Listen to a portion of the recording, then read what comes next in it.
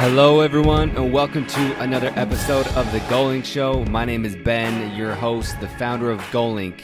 And Goalink is a goal-setting community providing growth junkies, which I hope is you, with weekly challenges to avoid complacency. If you're looking to grow and develop consistently, then you're in the right place. These challenges are inspired by brands to bring you new ways to develop and improve yourself on a weekly basis. You can kick back and watch me take on these exciting and uncomfortable challenges, or you can join me. I challenge every listener out there to complete these weekly goals. Catch the content on Instagram, Facebook, or YouTube at Goalink Group. The Goalink Show, this podcast recounts experiences from the achievers of the world, but not just the success. We delve into the challenges and the struggle that we all face. How do we find the will to push through? What role do motivation, discipline, and failure play in our lives? Let's talk about the process and not just the result. Let's not just talk about the triumph, let's talk about the dark side. We discuss this and much more on the show. Thanks for tuning in. This week we have Melissa Faith Ramirez on the show. She is in Hawaii, and that's where we met actually. Is before I moved out of Utah to South Carolina, I decided I wanted to decompress and have some fun before I went on this new adventure. So I decided to go out to Hawaii. I stayed at her Airbnb and we connected. And she is an intuitive empath. So if you don't know what that means, keep listening and you'll find out. And she has clients all over the world, and it's a really cool story. Her own story, like her awakening story, is extremely captivating, and she tells us a story about how she helped one of her clients, and it's crazy. So just keep listening. We delve into surrendering, which this is one of my favorite topics, and how it makes life easier. And instead of quickly jumping to the triumphant end, like we most often hear in stories, we dive deep into the difficult, depressed, and dark side, and how duality, the dark side and the light side, coexist, and they're necessary. She actually coaches me, so get ready. She coaches me through a recent heartbreak, and I recount the lessons I learned through that relationship and why she has a clause in her contract with her clients that she can cancel a session at any time. So get ready for this. Is a really just an expansive, just it expands your mind. Let's dig into it. I love this. Let's go. Let's just go. Well, thanks for doing this podcast. This is awesome. And for everyone who will be listening, it's taken a few weeks for us to get on here. And I'm so appreciative of you making the time, and we'll get into why it took a while. And in the intro of the podcast, I will give you an intro so people kind of already know who you are. Mm-hmm. But I want to know, because well, first off, we met in Hawaii, so I came and stayed at your house at your Airbnb. Are you still doing that? Yeah, the healing hale. Hale means home in Hawaiian. Yeah. Yeah, which I love. And a quick story about that I was looking at 2 Airbnbs like 2 weeks before, right? Mm-hmm. So it was in January 2019. I had just left my job, about to move to a new state. And I was like, you know what? I really just want to go somewhere before this transition happens. And it was funny because there was one that was cheaper, and then low cost. Yours wasn't expensive at all, but it was just cheaper. So I was like, which one should I do? Mm-hmm. But it's funny. I just had a feeling. And of course, your description of it's healing, and you're talking about you're an intuitive empath. So I'm like, oh, I gotta go to that one, That's definitely the better option. That's more of my vibe. And we definitely had lots of conversations, which based on your reviews, so many people do have conversations with you. Yeah. And I'll get into a question about all the conversations you have later. But how, for people who don't know, what is an intuitive empath as you describe yourself? Beautiful. So intuitive is someone who is able to tap into their intuition, to trust their intuition. And the intuition is that beautiful, small, soft voice that exists within all of us that's telling us, oh, go here. Oh, go there. Oh, explore this. Oh, play with that. But we have the ego that kind of gets in the way, and we can go more into that later. That gets in the way of that voice. But intuitive, I intuitively work with folks to receive information essentially for them. And as an empath, I'm if you understand the clairs, clairsentient, clairaudient, claircognizant. So these are these beautiful gifts that we all have, right? One of us have them stronger than the other. And I'm what they call clairsentient. I feel everything. Right? So it used to be a curse big time, because I would walk into a room and I'm feeling everyone's stuff, thinking it's mine, right? And that's my own madness that I went through. And that's one of the platforms I had started with, called We Create Our Crazy, right? So as an intuitive empath, I intuitively guide folks on their own journey to self-realization, you know, in whatever capacity that could be. You know, it doesn't matter what faith or what religion or what color or what anything you are. If you're human, right, and you are in a space where you realize maybe there's something more, maybe I can go a little bit deeper, maybe there are some things I need to let go, and maybe there are no limits, maybe we are limitless, maybe this whole idea of the matrix is real, right? Yeah. Yeah. So I'm able to hear these messages that are sent for you, but there's too many layers going on at the moment for the client to actually hear those messages. So I guide you to be able to hear those messages with certain questions and prompts and exercises. And intuitively, I channel hypnosis therapy. Intuitively, I channel Reiki, whatever the client needs at that moment. Yeah. Yeah. That's cool. I mean, yeah, like there's so many questions, but we'll just start going into it. Because do you remember, like, as a young girl, did you always feel that for as long as you can remember?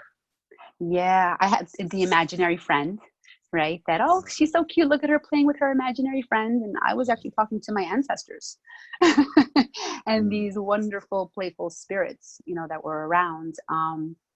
So yeah, I felt it, but due to my Catholicism, I was raised Catholic, and I call myself a recovering Catholic. Yeah. A lot of these very light, innocent ideas and interactions that I had were shut down, right? Because it was not according to how the Bible told you it was, right? I was very much conditioned to shut it down, to be honest, right? So that was my journey. My journey was feeling that when I was younger, not paying attention to it.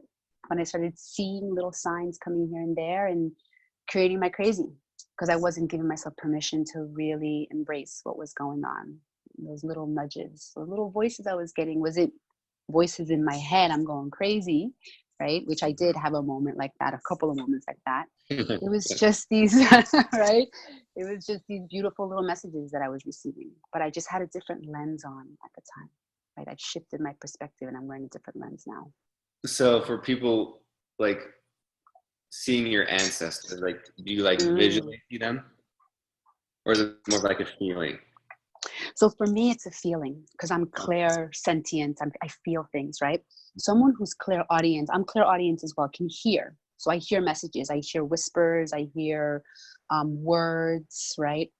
And someone who's clairvoyant, they can see, right? So I don't see films. Like, I have some colleagues that can see the entire film. They can see your entire life right in front of them. And do they do they hear it or just see it? It depends on the individual. Okay. Right. So that's where it depends on what gift of yours is strong at the moment. Because a lot of the times we also kind of switch from gift to gift. Right. So mine is, I feel it.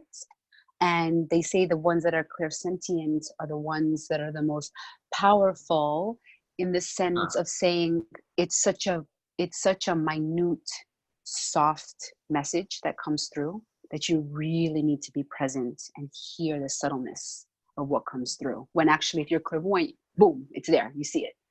There's no not saying that it's there, right? Yeah. That is so interesting. Do you? What was like one beautiful moment you remember, like, from being younger? Just an experience. Because I'm sure as a kid you're just confused and you're conditioned to turn it off, and you have no idea what this means or what it is. Yeah. And I'm sure that was so, like, difficult, because I mean, you don't know any different, but you felt different, I assume. Yeah. And that's challenging. But I would truly want to know, like, what was one beautiful moment that you remember? Because especially, like, for movies, right? We often see the dark side of these things.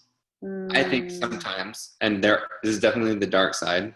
And the Yeah. stress loop is just as much as it's a gift, I can see that it's a curse, because you just want to sometimes probably be like, I want to be normal, like leave me alone. But Yeah. what was like one just like beautiful Mm, memory as a kid? mm. So I was raised Catholic, and we had to go to Mhm. church on Wednesday mornings. And I was sad. I remember being sad that day. I remember getting on the Mm. bus and just being sad, and because my imaginary friend was kind of mocked, right, that morning. Mhm. And I felt sad because for me that was my truth. And I remember being at church, and there's this beautiful statue of the Virgin Mary on the left of the altar. And when mass was over and we had to like file out in single file, Mhm. I kind of like snuck out, and I went and I was pulled, like I felt just pulled to the Virgin Mary, and I just started crying. But it wasn't sad tears.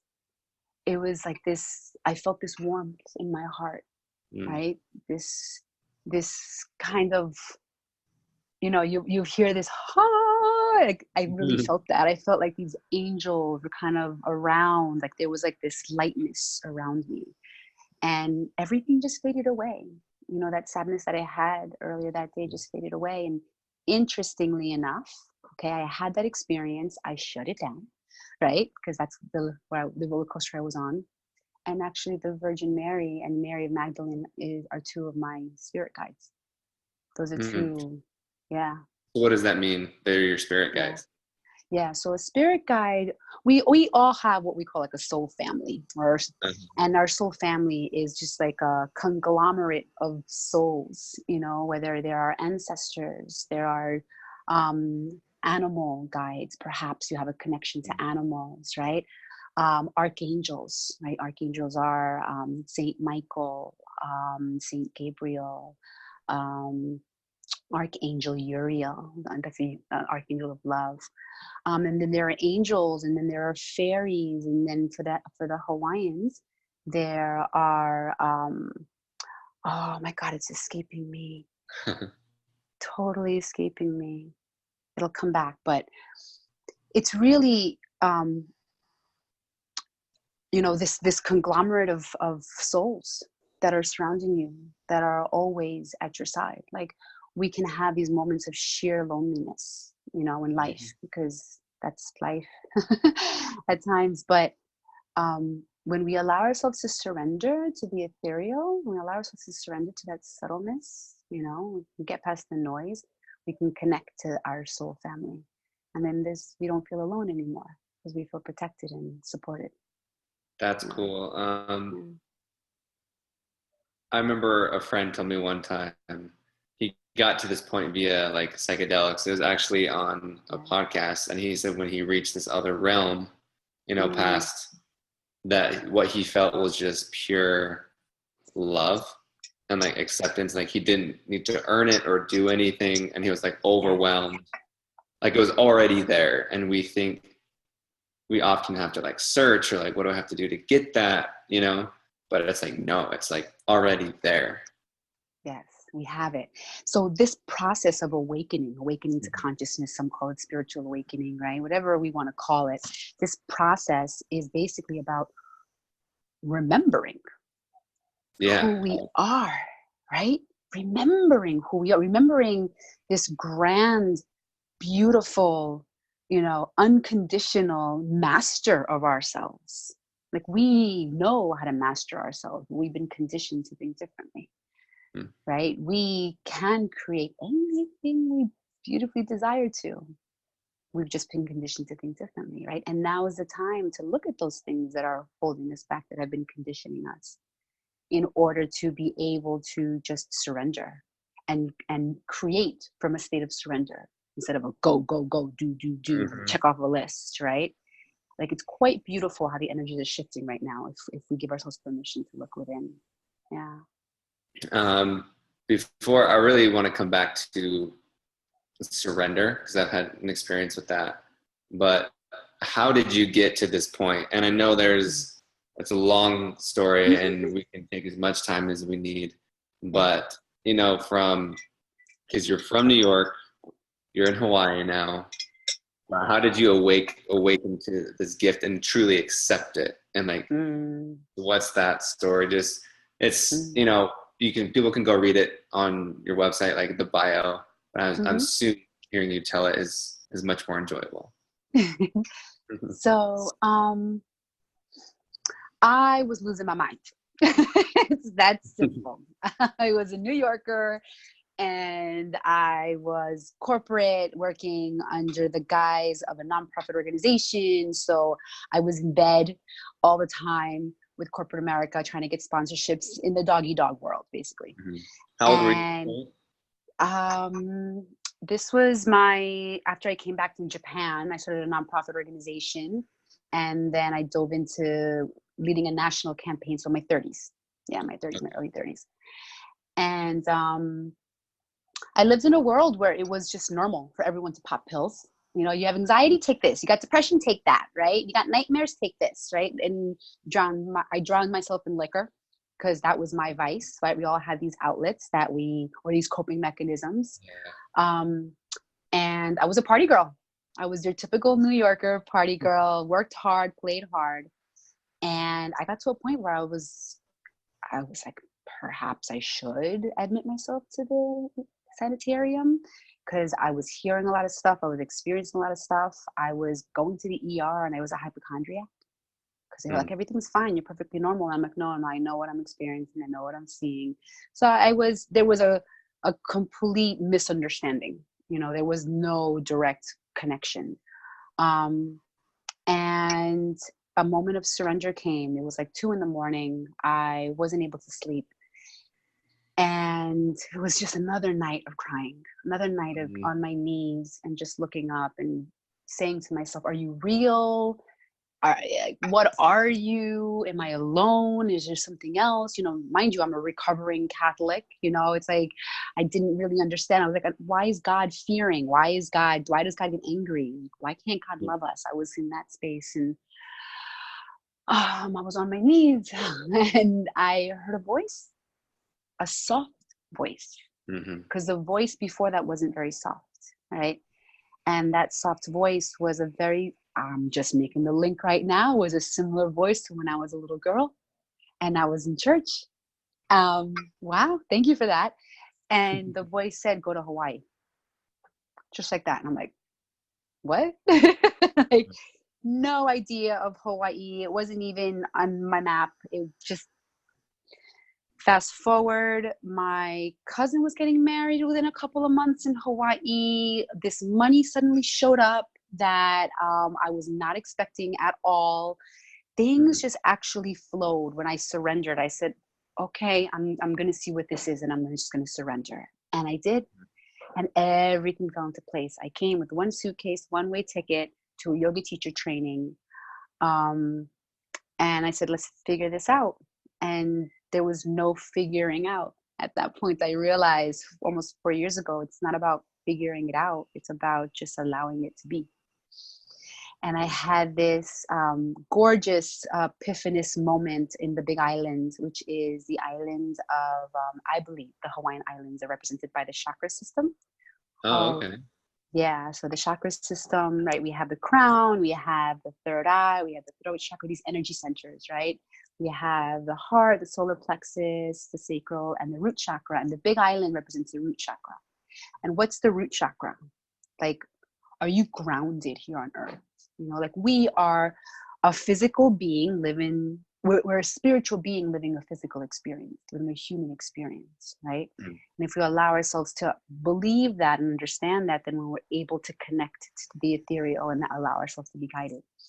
So I'm in a meditation. It said walk 5 miles barefoot, and I'm like, what? Say 5 miles barefoot? It's freaking hot. Are you kidding?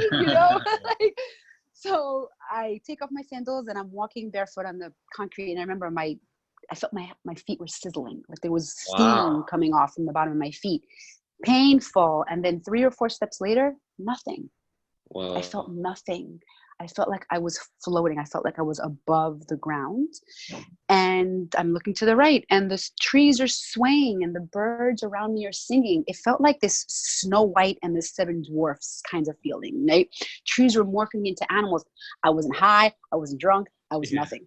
Like, I was living in a yoga teacher training, meditating for like 3 hours a day, right? So very connected. And I felt pulled to the ocean. Like, these beautiful lava cliffs in the Big Island, and I was pulled to the ocean, and I'm feeling like the mist of the ocean hitting my face, and I'm being pulled closer and closer to the ocean. And I get to the cliff, to the end, and I'm solid. I'm grounded. I feel like roots just went into the ground, and I'm just there present. And there's no emotion, there's no feeling, there's just that detached observer, like what we do during meditation, right? We're just observing without judgment, right? Not attached to anything. And I'm feeling these waves coming up. The waves are coming up, coming up, coming up. And before you know it, a massive wave comes, smacks me in the face, makes my head turn around, watch all of my belongings go off the cliff. And I felt a push.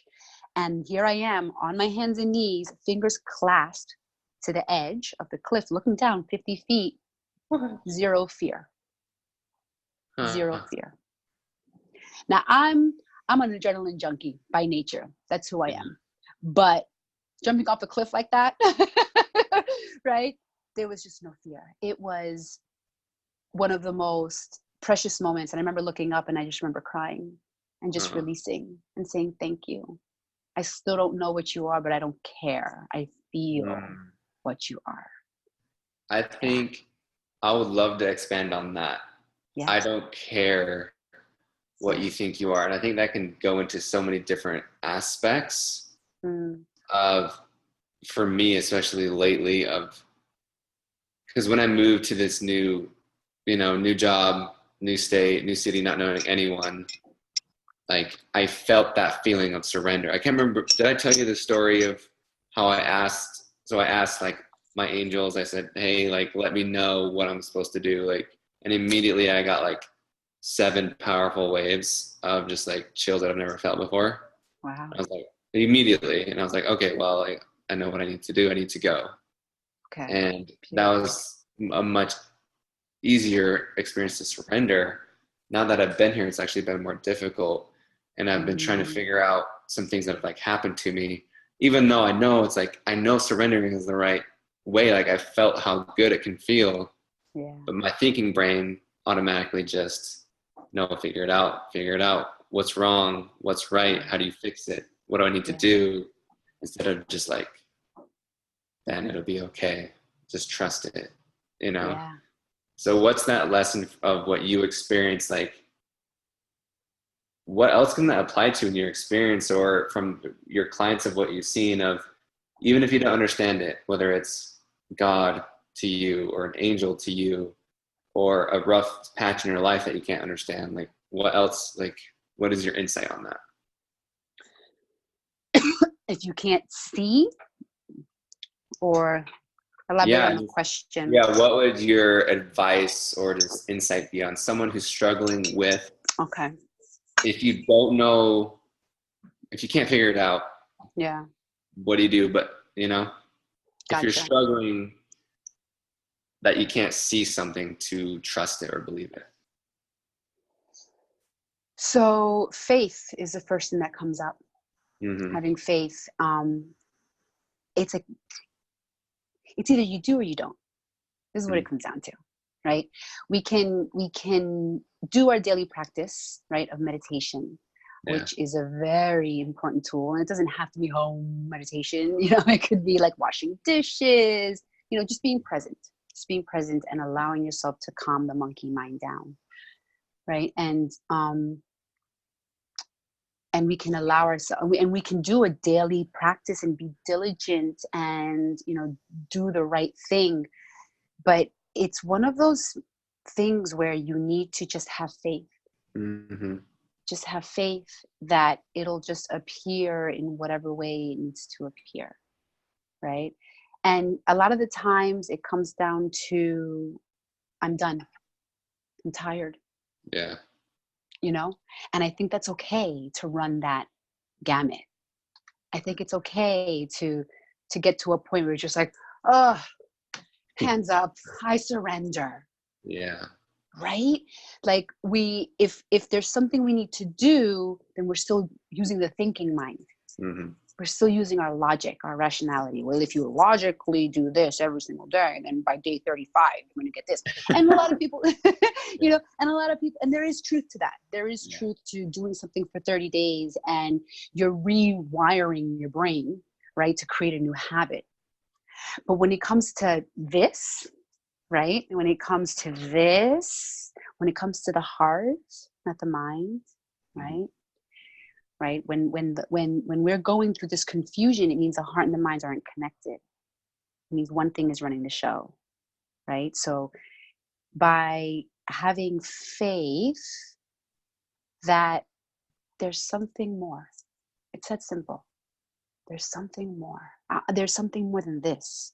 There's something more than my body. There's something more than me in this one lifetime. There's something more than me paying a mortgage, and paying my bills, which is a necessity, being a human being, right? And that's the fun part of this work, is learning how to like do that dance of being a spiritual being, in a physical existence, right? That's the true mastery. I like that. And earlier you said when you were like getting awakened to this idea before you moved to Hawaii, before that awakening, it was just, you said it was another night of on your knees crying. Like, were those just like countless nights that you remember? Yeah. I'm so stubborn. That's exactly what it was. I'm so my father's daughter, right?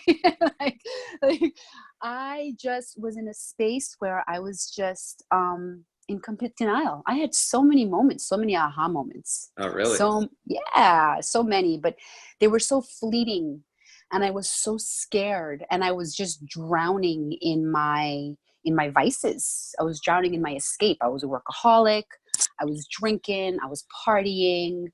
I was an adrenaline junkie. I was like, what can I do, to feel? Because I wasn't feeling my shit. I wasn't feeling my emotion. I wasn't feeling my self-love, right? I was just doing. So I would jump out of a plane. So I'd be like, okay, and it's so wild because I look back now. In the moment, it's like you're losing your mind, right? It's hard. It's not an easy process. But now I look back and I'm eternally grateful for everything I had been through, because the clients that are coming to my door, I've walked the walk. You couldn't help them unless you've been through that. I've been there, yeah. And I think that's the most powerful thing. And this is why I feel so humbled, to this work. Like this is just not a job, that's paying my bills. Like, this is why I'm here in this flesh right now on this earth. Yeah. That's cool. And I feel like it can be such like understated. I know, like, because before I would have just said like, oh, I would have almost taken it like a story. Like, okay, you cried at night, like no biggie, But recently, like, I've experienced that. And so now I can feel like, woo, like I feel so much empathy for people. And I didn't do it for like months or even years, And so like I have so much respect for you and other people who can make it through that of just continuous like sadness and misunderstanding and confusion. And like I've just gotten like a taste of it. And I'm like, wow, like, one, I haven't experienced it. And so it's a good, like what you just said. So hopefully like I have empathy and I can help other people and all that stuff. But really it's like I respect people who push through it like so much. And like I thought it was just like something you could switch off. And like, why are you complaining? Like, come on, don't be weak. Like, let's go, like basically toughen up. It was, this for sure, this lesson, and that's what I'm grateful for, even though it's difficult in the moment. It really is teaching me so much humility of how hard life can be. And so, I just don't like to like downplay when people, and like you and your story say, no, like I cried every night or almost every night, like on my knees. Like I think it needs to be like zoomed in on, because people, we automatically go to the good side or the triumph, instead of like, no guys, like, trust me, the shit is real. Like, Yeah. it's not easy, like in the moment. So for everyone like listening, if you feel that, it's like, we feel you, you know, but like there is that, have that faith, you know, trust in it that you'll get through it, even day after day after day. So what's your insight there? If like day after day after day, month after month, maybe year after year, you still feel like empty, what do you do? So check in, you know, are you doing anything that's bringing you joy? That's something we can turn on, right? Just the way we brush our teeth. I mean, I've been in the depths of depression, and even in the depths of depression, I was able to change my underwear, at least. You know what I mean? Like just what I love to do is I love to put signs all around my house, my bedroom, right? Which are like just these reminders. So like when we're here and we can't see, you know, if we just give ourselves permission to just look up and there's that reminder, you know, get up, dance, you know, play with your cat, like some prompts, right? To just remind you in that moment, right? We have our phones. I used to have an alarm on my phone, right? Every day at 6:30 p.m., you know, it's like laugh. That was my prompt, laugh. Right? So it was like laugh. Okay, how am I going to laugh right now? Right? And even I remember there were moments when I'm just like, I'm putting an alarm on my phone to tell myself to laugh, and I laugh at the ridiculousness of it. Right? Like, right? Like I'm laughing at myself. I'm laughing at myself that I'm in this space, but not like, how dare you? No, more like, look at you silly girl. It's okay where you are. It's totally okay. You're going to get through this. You're going to be fine. Right? But just find the humor in what's going on. No. I like that. Is there a common theme with your clients of like what they've been struggling with? Like, is there a common theme? If so, what is that? No. If you're a human, you're a human, and you are in a space of, I don't know what this is, but I'm surrendering to it. That's my best client. So the intersections, other than that, is that they've experienced what we call the dark night of the soul. You know, that they've really experienced this out of body weirdness, that we don't understand what's happening, but we're different from everybody else all of a sudden, and we're questioning everything that's going on, and everything we're watching on TV is bullshit. We're reading right through everything that's in front of us, and we're realizing the education that we had was completely broken, and here we are with this freaking college degree. We haven't done shit with it. Those are my best clients. That's the thread. And and then that goes back to, you know, the depth of the work, the depth that I was living in, right? So it's like I've opened up a portal to be like, okay, I know what it is to go deep. I know what it is to feel like you're drowning. I know what it is to go down the rabbit hole. Come on board. Those are the good ones. Those are the ones that have quick transformations with me. Yeah. That's so interesting. And are you like allowed to say like, what's one cool transformation story? Like maybe not a name, of course, but just like, I'd love to hear like a cool transformation story. Yeah. So I had a client who she lost a child, her third miscarriage. She had been trying for a while to have a baby, her and her husband. And I believe whenever we have any kind of physical ailments, there's an emotional symptom attached to it, right? So when we clear that emotional symptom, then we're actually allowing, you know, the healing process to begin, and we're giving space for whatever we want to create. So, and she was an artist. She was an artist for many, many years, but she went into a very deep, deep depression because she had lost a third child and she wasn't painting. And she was working a 9-to-5 job she hated, you know. I think she was an assistant to a president of some corporation that she just loathed. And sex with her husband wasn't happening now because there was an attachment to losing a child. It was deep. Right? It was deep. She had been medicated, so that was another big part of the conversation, because I believe medication is just kind of like a mask. You know, it kind of like just like puts a Band-Aid on the symptoms, but it's not really going I agree. into what. So through the process that we worked together, at that point I was doing 9-month programs. I call them the rebirthing programs, which I still, yeah, it's super cool, right? And I go through the whole 9 months that we go through in our womb. We recreate that, which is really cool, right? Because a lot of the times, all of us really, our first trauma is coming out of the vagina of our mothers. Yeah. Because here you are, all cocooned and warm and cozy in this really great place, just getting fed and getting taken care of, and all of a sudden you blast out to light, and people screaming and yelling and cursing, and your mom crying, and your dad maybe passed out on the floor, like who knows, right? So the 9-month program is to recreate that experience so that we can let go of that first trauma, right? It's a beautiful process. So anyway, so I went through that process with her, and she came to a space where she created a company now as an artist and as a coach. She's now doing the work that I'm doing with other folks, right? And she's helping them. She's doing her art through their works of grief. So her niche are people going through grief. People that are really suffering through something they've lost, someone they've lost. So through her work as a coach, she's able to create a painting to help the client work through their grief. I mean, it's very esoteric, you know, beautiful, deep work. But now she's got her own business. She works from home. You know, she's got number 1 and number 2 is on its way, you know, right? And she has her studio in her home. You know, they bought the house that they've wanted to buy, you know, with a farm. And it's like she's recreated her life.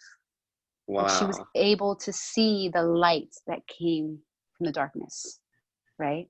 And that's the thing is, like, as shitty as it is, we really do have to go there to like appreciate the rise and the peak of it, you know, like we really do. Yeah. Like we don't have to, right? This is really interesting. We don't have to, but we need to. I totally get that. Yeah, because I mean, we can, you know, it's funny. I'm seeing like a big spring up of wonderful people, coaches and spiritual guides. I mean, it's so amazing to see how people are really finding their light and doing the work, right? And now we're helping others, right? But I see a lot of quick fixes out there, which is the same societal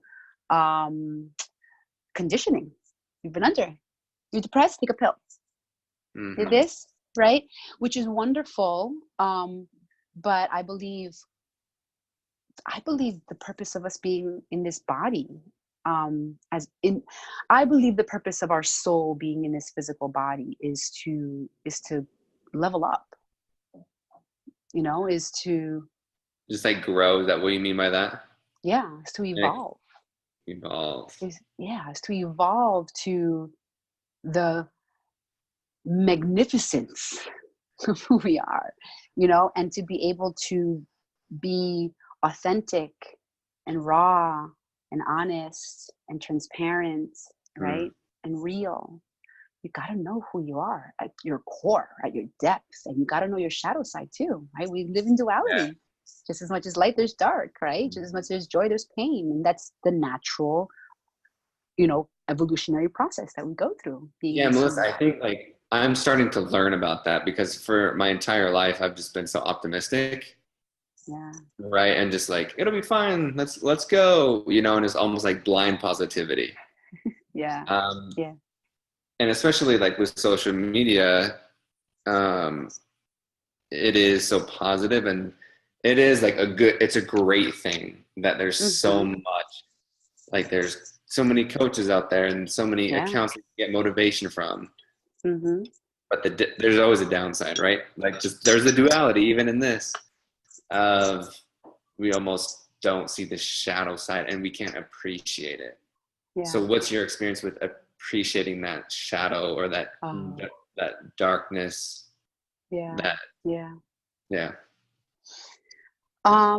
For me, that when I gave myself permission to embrace my shadow side is when I understood my power. Ooh, I love this. Okay, I'm ready. Here we go.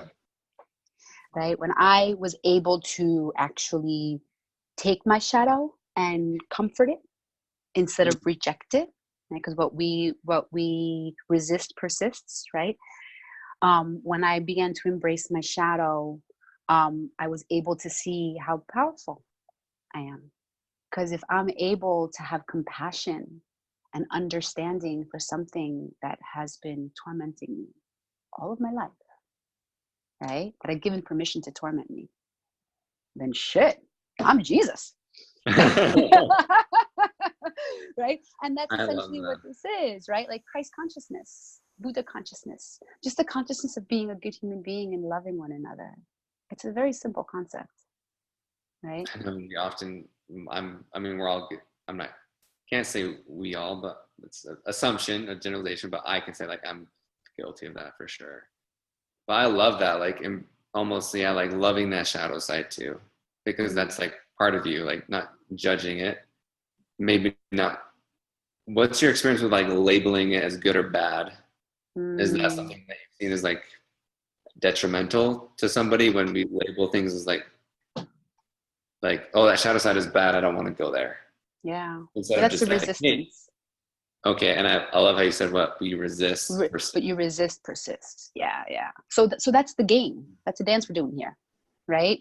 It's like we got this thing here that we've been in denial of. Oh, we see that it's there. I'm not ready to look at it. Oh, no. I'm going to avoid it, right? As much as I possibly can. Boom, something tragic happens. I'm forced to look at it, right? And when I'm forced to look at it, what do? Do I continue rejecting it?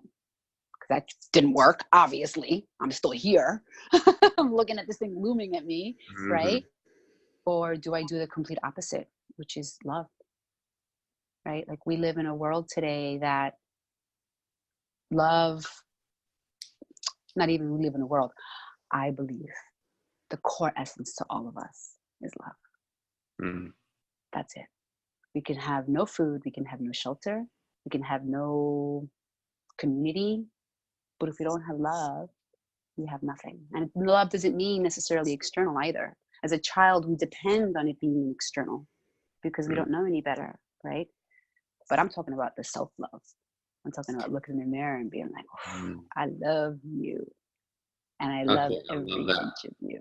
Yeah. I love that you went there because I think, there is more talk about self-love nowadays, but the automatic response when you say love is like relationships, romantic, like, so what's your advice for someone who feels, and like, I admit it, like, this is me. So quick story for you is that the first day I moved here, I met someone that I've never felt as deeply before. Went too fast, too quick, blah, blah, blah. Split. But I've never felt that high, and I've never felt this low before. Good. Right? All right, good. I know. I'm like, as difficult as it is, like usually I'm in the middle and even keeled. Yeah. So that's why it's good to experience the high and the low. Yeah. Still going through it. Yeah, it's living. Like still growing through it. But for me, it's like been difficult to be, I can't quite pin it yet, but for me, it's like, oh dang, like something that I was totally fine before that, like by myself. Like I felt like I had self-love and I was totally fine, like going to Hawaii by myself and like doing all these things, and like traveling by myself. And I was totally fine. I actually broke up with someone that I dated a year so I could move and blah, blah, blah. Like I thought I was good by myself, and I thought that I had self-love, but this is like testing me, like, no, like even when you experience something that beautiful, like it's a very interesting lesson for me to be learning right now, because it's like, right, like my ego, and I want to, like, I'm not mad at all, but at the same time I'm like, because she felt it too, so I'm like, how can you like deny that for your passions or drives? Like you can have both, Mm. And so for me, it's hard to like put meaning to it. I know that I can't, and I know that I need to trust it. I know the right answers to tell myself, but it's hard to just like do it. You know, it's Right. hard to just like Yeah. surrender. So what are your thoughts Yeah. on that? So, you hit it on the head. You said this was a test, right? So it's Mm-hmm. like we have this moment where we level up.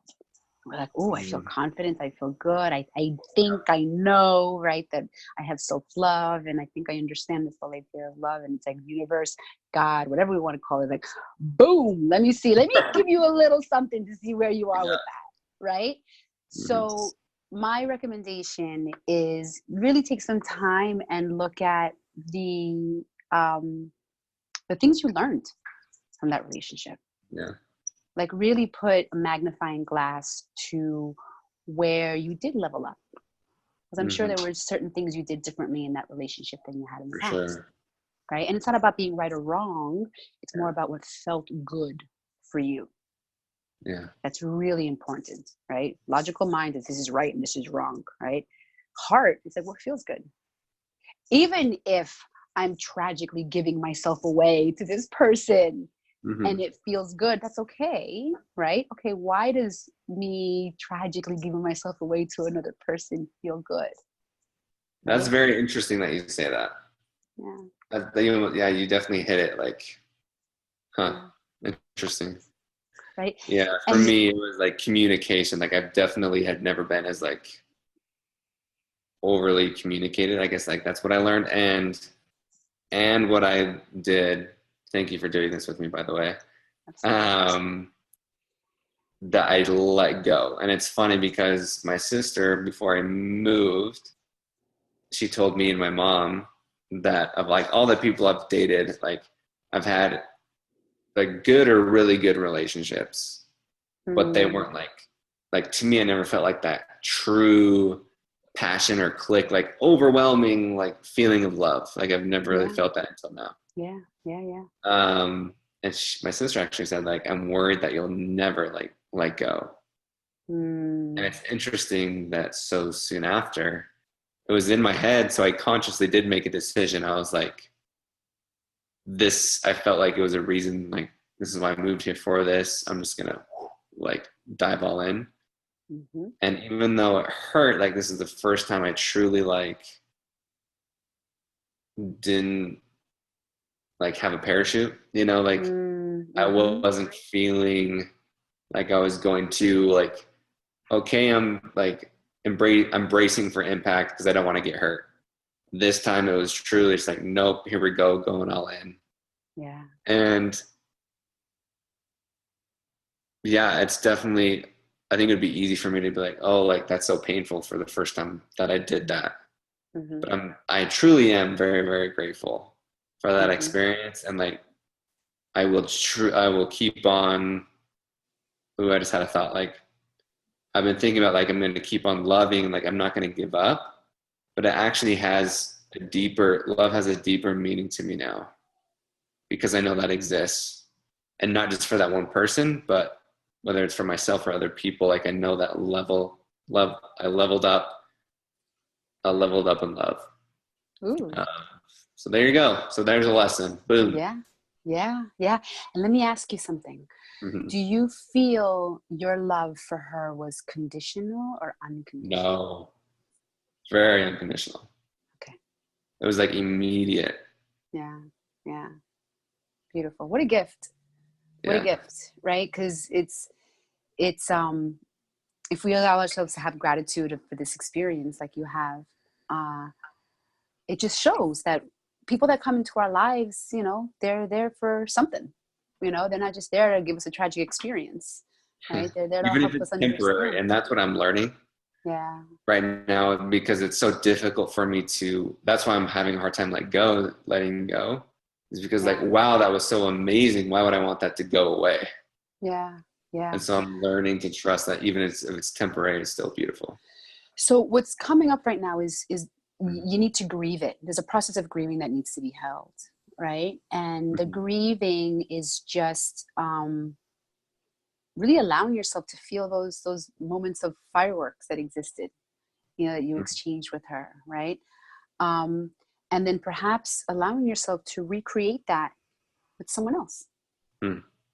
Right? So like extracting those moments where your heart lit up and saying, okay, I can make, because we master our own reality, we create our own reality, right? How about leveling up in your mindset, like shifting your mindset, where you are thinking you're remembering these beautiful moments with her, and then just allowing yourself to experience them with someone else. And it doesn't have to have a face, there's someone else, right? It could be your stuffed animal. I don't know. You know, it could be your puppy, right? But just allowing yourself, and you know, and the mind is so beautiful. When we allow ourselves to be the masters of our mind instead of letting the mind drive the car, right? Whatever we feel or think, we bring into reality, right? So if you're stuck on the hurt and the pain, and please go there to recognize what you were able to clear, right? But go there with like a time limit, you know, okay, 20 minutes, I'm going to work on this and then I'm good to go, right? And then bring yourself to this space of gratitude. Gratitude's coming up really beautifully for you right now. So it feels like, so what I'm so it feels like as painful as you're still feeling it, it's over. It's over. Within you, you know, your heart knows that that experience shed light on you, and you know exactly how you need to surrender. You know, like if you give yourself permission after our wonderful talk together, right? To just take a couple of deep breaths and allow yourself to connect with whoever you connected to when you were a child, right? What do you mean, who I connected with as a child? To whatever spirit entity you connected to as a child. Spirit. Yeah, I'll meditate on that. Yeah. So it's not coming straight up, but I assume it will. Yeah. And they're telling me to just allow yourself to call in that guide that allowed you to be free as a child, and surrender to what those little nuggets are when that spirit speaks. And see, and that's the subtlety, right, of this work, right? There's no doing, right? I can give you a list of what you need to do, right? But it takes away from the essence of you healing yourself, because you have that capacity. We all have that capacity, right? Yeah. And it's wonderful that you're giving yourself permission to walk this journey, honey. Yeah. That's interesting, that what you said of we could give you a step-by-step guide of what to do, but it almost not takes away, but we'll use that for verbiage right now, of healing yourself. Yeah. Almost because like there might be a general guide, but I might have to repeat step 1 10 times. You might have to do it once, but you might have to do step 2 5 times. I might have to do it 6 times. And you may just jump to step 7. Yeah. Because your soul is already like, okay, been there, done that, check. That's over. Moving on. Right? That's interesting. I'm still thinking about what would the spirit guide I connected with as a kid. I don't know. I'll have to. Yeah. I see a little boy. But you check in and see what comes through for you. Yeah. You know what just came through for me? What? When you were staying with us, the room you were staying in, there's a spirit in that room. Did you know that? No. Did you feel that? I don't know. I can't remember. Yeah. There's a little boy in that room. And I just had a guest who checked in the other day, and she was like, I had a restless night last night, and I kept feeling the presence of a child. Really? Welcome. Yeah. And then another guest said that, because you know how the door is funny, it doesn't Yeah. lock all the way, right? I had another guest say that the door just swung open and he saw this white mist go into the closet. What? Yeah. People that stay in that particular room, because we have 3 rooms, yeah? People that stay in that particular room are usually very, very connected. Hmm. Yeah. Synchronicity. Interesting. Yeah. Do you remember what one of the things you told me that when I stayed there, what it was? It's funny. So it actually connects with what you just told me. So when I first came there, you told me, like, Ben, I feel that you're an extreme like manifester. Oh, yeah. Like you're an achiever and like a doer, like whatever you think comes to life. Yeah. Yeah. Yeah. And so it's interesting you almost told me that another aspect or the duality of that is the grieving. Like I need to grieve. Because the opposite of both those things are like not celebrating and not grieving, like the extremes. Instead of just always going and moving forward, like it's okay to like stop and celebrate, and it's okay to stop and grieve. Yeah.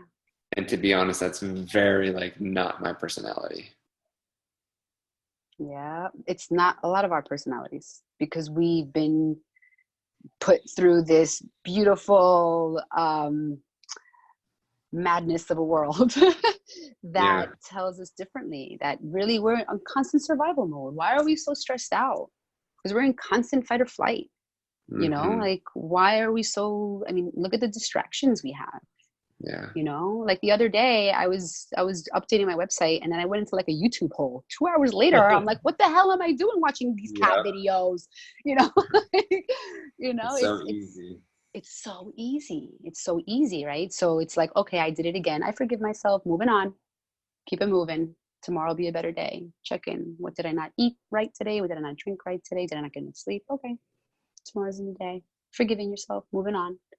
Right. Yeah, So will you talk about forgiving yourself? Because like for me, I actually wrote that down today. Is like, let's love ourselves. Let's like forgive ourselves. yeah. Like myself included, because I'm such a big morning like routine person, like meditating, journaling, have my tea, like go to the gym. And if for some reason I like it's hard for me to forgive myself, and I'm just using myself as an example. I'm sure other people feel this way too. Of like I didn't do enough today, right? Instead of just like it's okay, just like I'll check in. Like it sounds so simple, like when you say it out loud, but it's more difficult to actually execute. Yeah. So everything is shifting, right? This whole journey of transformation is how many shifts you can make, right? And when we're shifting our shift, our shit comes up. Right? So the easy answer is just shift. Instead of saying, you know, here I am, I didn't do enough, you know, shifting it to I did exactly what I need to do today because everything happens in its divine perfection and everything is exactly the way it needs to be. Wait, we need to repeat that. That was so good. So instead of I didn't do enough today. Instead of I didn't do enough today, you say I did exactly what I needed to do today because everything happens in its divine perfection. When I get out of my way. When I get out of my way.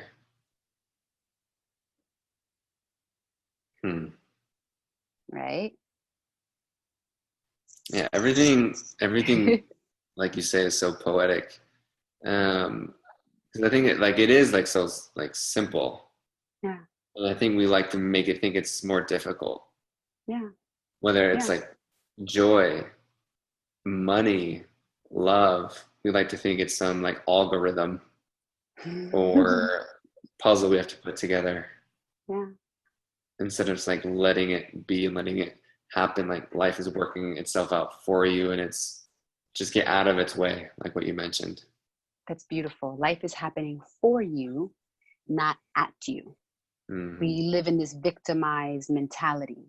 All of us, None of us are free of this, right? If you live in the modern world, right, you're a victim to this, right? We lived in this victim consciousness because that's what we're fed. That's the information we're fed. You live in a dog-eat-dog world. You got to fight hard. You got to claw your way to the top. You got to compete, not collaborate. Why are you going to work with your enemy? Why are you going to work with your competition? What are you thinking? There's not enough. We live in scarcity. Yeah. Bullshit. There's so much. We live in abundance. We are limitless. We are the creators of our own reality. Right? And it's as simple as saying that every single day, because that clicks in your belief. You're just shifting the mindset to believe that, to understand that. Right? So we can become robots and just, you know, allow ourselves to say the same thing over and over and over again and click into that. Right? But we also have to feel it in the process. Do you have like affirmations that you do every morning, or do you just kind of let it feel and come naturally? Like what? For someone like you, I imagine, with so many feelings coming up, you feel other people's energy and feelings, people who aren't even around you and they're around you.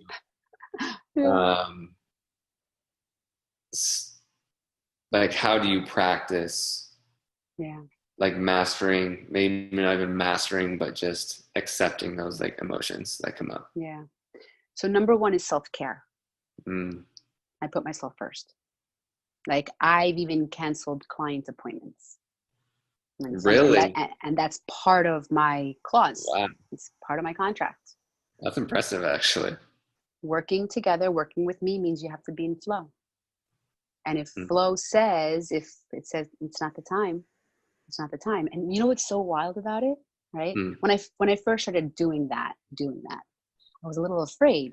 So I'm like, who the hell am I to be like, you have a cancellation policy, but I don't, sucker. Yeah. You know? Right? And that was my logical mind in the way. I was afraid. I was like, oh my God, I need to do this because I can't lose my clients. I was living in scarcity, right? When I let go of all that, right? And I said to myself, I'm not honoring what comes to me. How do I expect the person in front of me to do the same? Right? So I developed that clause. And I remember one client, she kind of like chuckled. She's like, this is ridiculous. She was an attorney, of course. She's like, this is ridiculous. You know, you can't do this kind of thing. And I'm like, then I'm sorry, we can't work together. It's that simple, you know? And she came back 3 months later because she realized, oh, okay. I wasn't ready then, but I'm ready now. And she's done a complete 180, right? So the first thing is self-care. Self-care. This doesn't feel right. If I don't feel good, check in. You know, do I need to take a day, a moment of care? Do I need to detach? Do I need to go and take a bubble bath instead? Yes. Okay, I will. Yeah, so I've lost a lot of people in my life because of that. Interesting how I trigger people, right? You don't care about me that you're canceling stuff with me, right? It's on a personal level. So it's like you've lost friends? Is that what you mean? Oh, yeah. Yeah. I have a very different lifestyle now. Yeah. You've lost friends because you just take care of yourself first. Yeah, because I had the mask, right? We all wear masks. We all have these personalities we take on, you know, as coping mechanisms or just what we think we are. And my mask as an empath, and this is very common to empaths, is I put you and everybody else first. Forget me. What I want doesn't matter. It's okay. It's okay. Half is glass full. Everything is fine. You can count on me. Come lay on my shoulder. I'll take care of you. Yeah. And then when it was my turn, because and this is what's interesting, right? We usually do this. How dare you, you know, like, how dare you take advantage of me, right? Yeah. But if we flip it around and we're like, oh, I created that. I gave that person permission to take advantage of me because I said, here, take it. I'd love to like dissect that. So it's that victim mentality. And I feel like that happens a lot nowadays. Like I've experienced that, right? Just like in that recent circumstance I just described of like that battle of like, yeah, feeling like taking like advantage of, but then almost, yeah, like turning on yourself. It's like, well, like it doesn't have to be a bad thing. It's like, well, look, I decided to make that decision consciously and Or unconsciously, a lot of the or time unconsciously. unconsciously. Yeah. And so instead of like it just didn't happen the way we expected or whatever, and like that's okay. It's like, yeah, everything can always come back to us, and I think that's so difficult to take ownership and take all the blame, but it's so freeing at the same time. Oh my God. Yeah. Yeah. It's Then, really, because that goes back to the point of like what you said of realizing that we're limitless. If mm, we realize that we have all the power. mm-hmm. Hmm. We have all, but it's an interesting duality, right? Yeah. We have all the power, but we also have the discernment of how to use that power. Mm. You know, because power, if it's in the hands of an unconscious person, can also be not healthy, right? Yes. So power also has duality. Man, this is a great combo. Thank you. So you mentioned before that you've canceled on clients, and Oh, before this, you were dealing with a health issue, and we had to cancel a couple of oh times. yeah. What was like? What was going on? Yeah, what was going on? Oh my gosh. So, so from an energetic, cosmic perspective, okay. Remember back in like 2012, that the world is going to end. Oh my Yeah. gosh, the whole right. So from an energetic, cosmic perspective, it basically was the end of the Mayan calendar, right? Mm. And what that means wasn't like an Armageddon, right?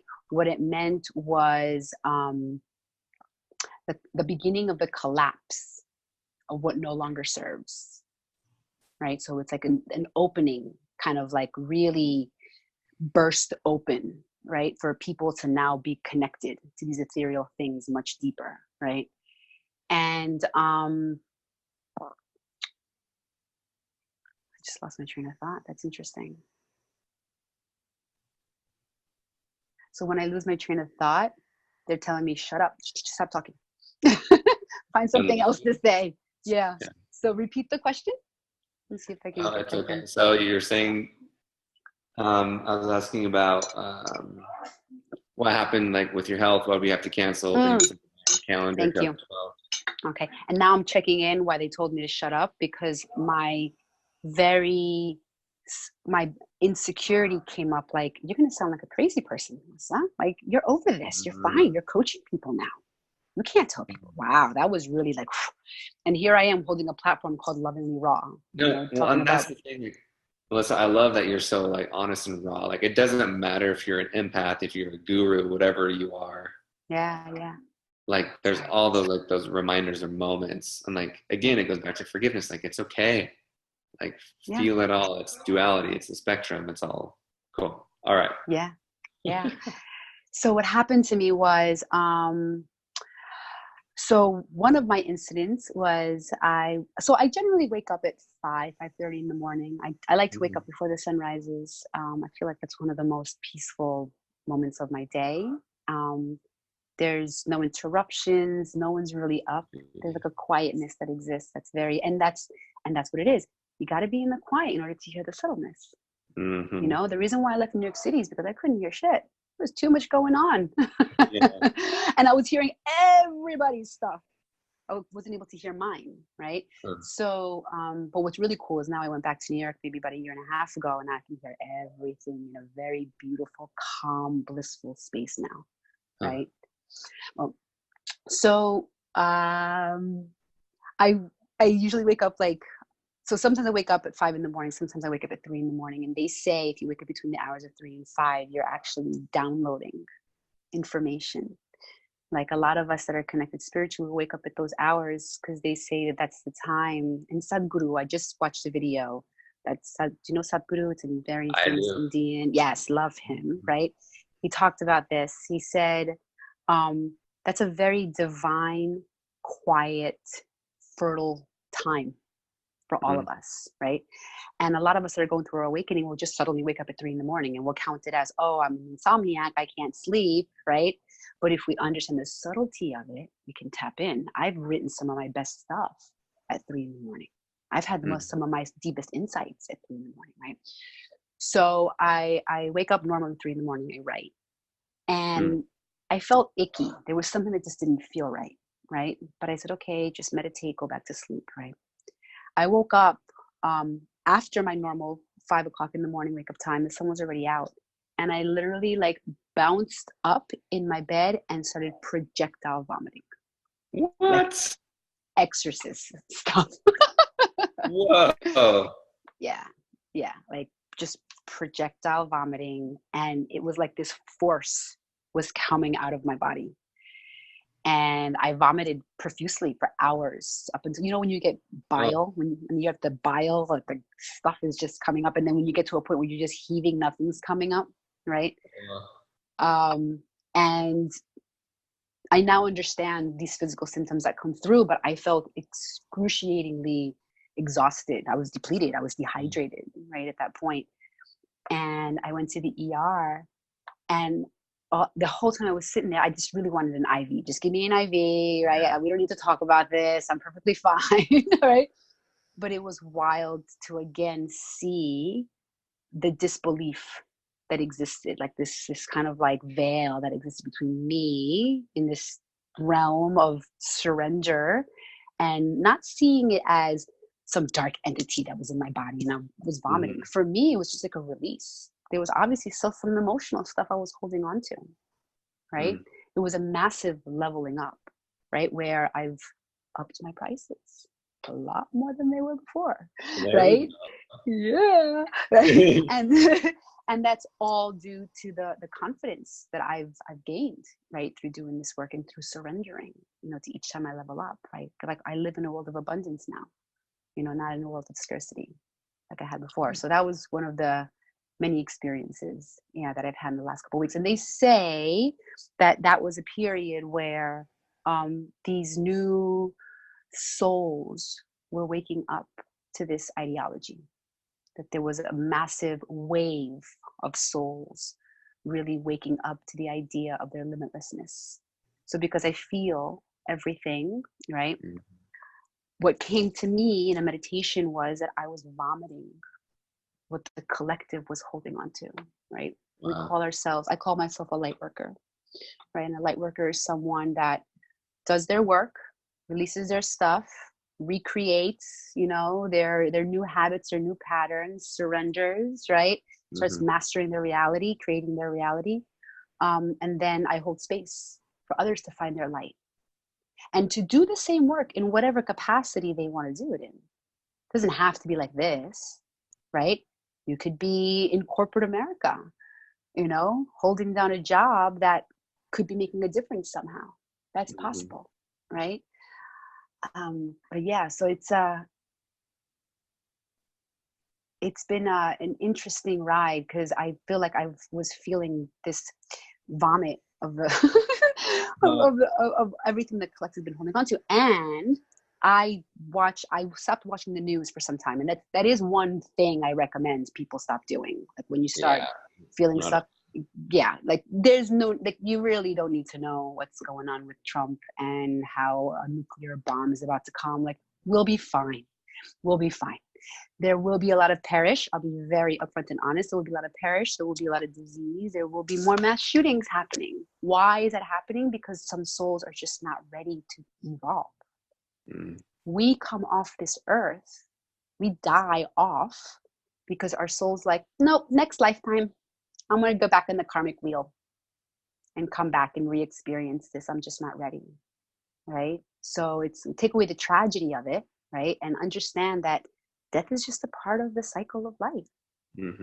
Everything is born and dies around us. Why are we not so accepting of that with humans? Because we're stuck in the regret, because we're stuck in the past. We're not living the present moment, right? So for me, it was like a dying off. Oh, and then the political level, what was happening with Trump, it was something major. WikiLeaks, Julian Assange was arrested. Oh, Are you familiar with what's going on with WikiLeaks and Julian I didn't Assange? see. I don't pay attention to the news, but Yeah. I So don't believe. I now watch it with a different lens, right? Okay. Because I'm not attached to it anymore. So I do recommend those that are going through this journey, detach. Just detach. There's no need for you to know, right? Yeah. But me, because I believe in the psychology behind all of this, right? And this Yeah. is now my journey, right? This is my mission in life. Julian Assange was arrested. He's a journalist that just leaked a whole bunch of, private information, this classified information about what Clinton did, like a lot of stuff, a lot of dirty underground stuff that we're not supposed to know about. That just shows that our system is broken. We call these third world countries corrupt governments. Hello, we're living it right here too. It's happening, right? So Julian Assange was arrested, and that for me was a symbolism of free speech dying. And that action, I believe, was these powers that be, because I do believe there are these powers that exist that are kind of controlling and manipulating all of us, right? They're gripping so tight to hold on, right, to this facade that they've held for so long. So by arresting him, sending a message out. And I felt like that's what I was kind of in the space of releasing. Yeah. Interesting. Yeah. Quite literally. Yeah. Quite, yeah. Okay, awesome. So I have a part in my show, in the podcast, where I call it Scroll My Soul. And what that means is throughout the conversations, books, podcasts, just wherever I get inspiration, and I write down my notes, my thoughts, whether they're my own thoughts or someone else. And then I randomly scroll through, and then I pick a thought for you, and I ask what it means to you or how you resonate with it. Cool? Okay. Yeah. So, randomly scrolling here. Oh, here it is. The hurt might not be your fault. The healing is your responsibility. So yeah, what are your thoughts on that? The hurt might not be your fault. The healing is your responsibility. Yes. Yes. Yes. And if we embrace that truth, this process can be that much easier. Right? So we do this. We've been conditioned to do this. Right? We just got to turn it around and recognize that we manifest everything. Everything that's happening in front of us, we created. You created it. Just as much as we create our crazy, we can also create our calm. It's just a matter of shifting perspective. So that perspective says, it's not your fault what happened to you. It's not at all your fault. And I'm actually, I think I mentioned to you, I'm doing a podcast for men, right? That's happening, and you're coming on. Yep. Right? Isn't it? It's like relationship or sexual or something like that. Is it all combined? It's everything. It's from a woman to a man, right? So it's a conversation from a woman to a man kind of thing. I love that. And that's one of the biggest things, one of the biggest lines I have is, it's not your fault. Nothing that we do, right, is our fault. However, when we're consciously creating the same vicious cycle, it's not about fault. It's about, why am I not being responsible right now? Why am I just letting this take over me? Why am I just letting this happen to me? Right? And then that's when you have to do the self-work, the self-healing, the self-love. Right? So how do you balance the, like what you said, of the responsibility of letting this happen to you? Almost, it insinuates that you need to do work. And then is that the duality with surrendering? Because surrendering is, right, just like trusting and letting go. But responsibility is like, why are you letting that happen to you? So what's that like duality? Because I think it might be confusing, like, but you're telling me to take responsibility and do something about it, but then I'm supposed to let go at the same time. So that's the dance. The right? dance, yes. That's the dance, right? Because if we just surrender all the time, what we're doing is what we call spiritually bypassing. Everything's going to happen all the time the way it needs to happen. But if we're not setting intention and we're not being clear and focused on what it is that we want to create, right? then we're just letting life happen at us, right? Mm-hmm. So it's like a nice dance of the doing and the being. I call it doobie doobie doo, right? I like Like, that. right? The You do doing and the do being. the doing and the being, right? That's the dance, right? So there is a period where it's important to just allow yourself to surrender, right? And that's usually that happens at the crisis moment, right? When something severe just manifested in front of you, right? So surrender to that so you can start hearing what you need to hear, right? And then when you surrender to that, then you start trusting what's coming through. And then when you start trusting what's coming through, then those patterns are going to have more depth to them. You're going to be able to see them more clearly. So when you can see them more clearly, then you have the conscious capacity, right, to do something different this time. Yeah. I say we go through 3 kind of like layers, right? We go from being unconsciously incompetent, right, to being consciously incompetent, right, Mm-hmm. to being consciously competent.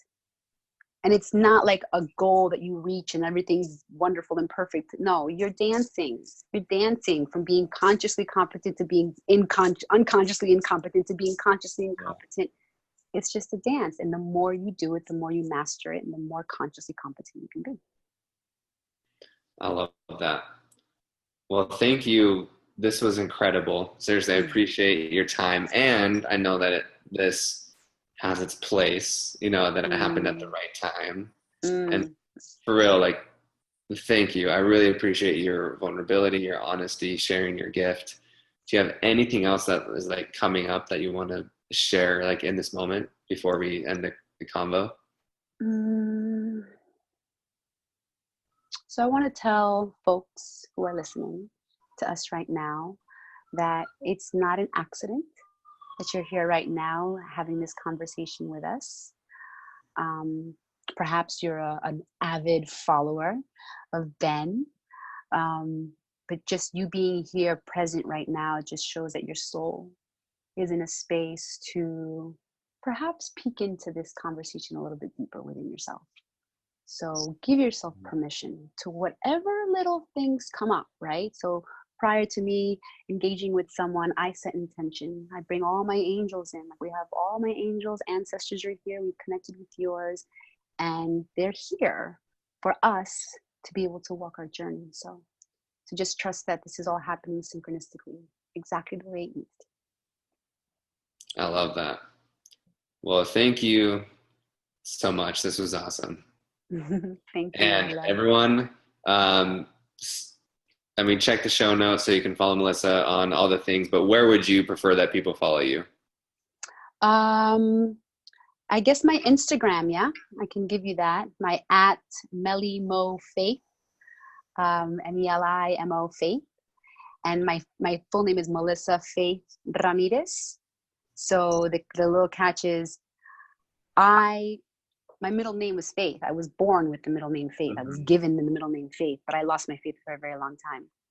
And it was me recreating my faith within myself that allowed me to start living again, to really start living again within me. So I started this Instagram before this journey, but with the knowing that it was going to help me bring back my faith. So Melly, more faith, MO, faith.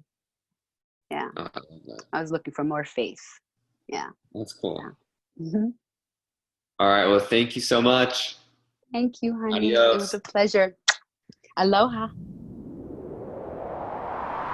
Hey y'all, before we jump into this week's challenge in the outro, Melissa forgot to mention a free offering she has for all you guys. So she has one last word. To anyone who this conversation perhaps resonates with, or maybe it feels a little scary but thrilling at the same time, or your soul's just like, I'm ready, this resonates, this feels good, let's do it. I'd like to offer a complimentary consultation to those that are in that space to just see if we fit, and also to see if this is something that is right for you at this time. It's a deep dive. I'm not going to sit here and pretend it's going to be butterflies and roses the whole time. We are looking at your stuff. And a lot of us run away from our stuff most of our lives. So I'm asking you to look at stuff that you've been actually. So I'll send you the link, and you can just take a time on the calendar and a day that works for you. And yeah, let's see if this is where you are in your journey. All right, y'all. I hope you loved that conversation with Melissa. I enjoyed it, not only because I got coached, which I hope you enjoyed, but it's always so cool hearing people's stories of just perseverance and how they get through those dark times and how they still appreciate the light times. And I hope you learn that the dark times and the duality just go well and they coexist, and to embrace that dark side and to give it a hug, as Melissa said. And the challenge this week is what she coached me through. Is I want you to reflect on the hardship and write down the lessons that you learned from that. So this is inspired by an app called Day One. It's a journaling app, and I suggest you go download it. You can do pictures. You can tag your locations where you are at certain points. So you can, of course, type and write those things in there. It's a really cool app, so check it out. It's called Day One, and it's inspired that I want your first entry in this app to be about reflecting on the lessons that you learned from an extreme hardship. Was it a breakup? Was it a death? Did you lose your job? Was it financial?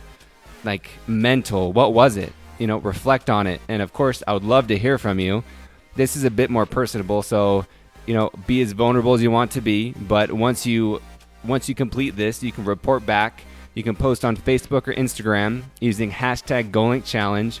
Tag me in your stories, or use the Goalink hotline. This hotline is designed for those who want to remain anonymous or don't have social media but still desire a form of accountability.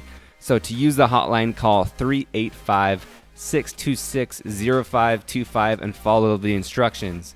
So hold yourself accountable. Tell me what you're doing out there. Tell me the lessons you're learning. Let's grow. Let's develop. That's what this life is about, is to level up and experience the growth.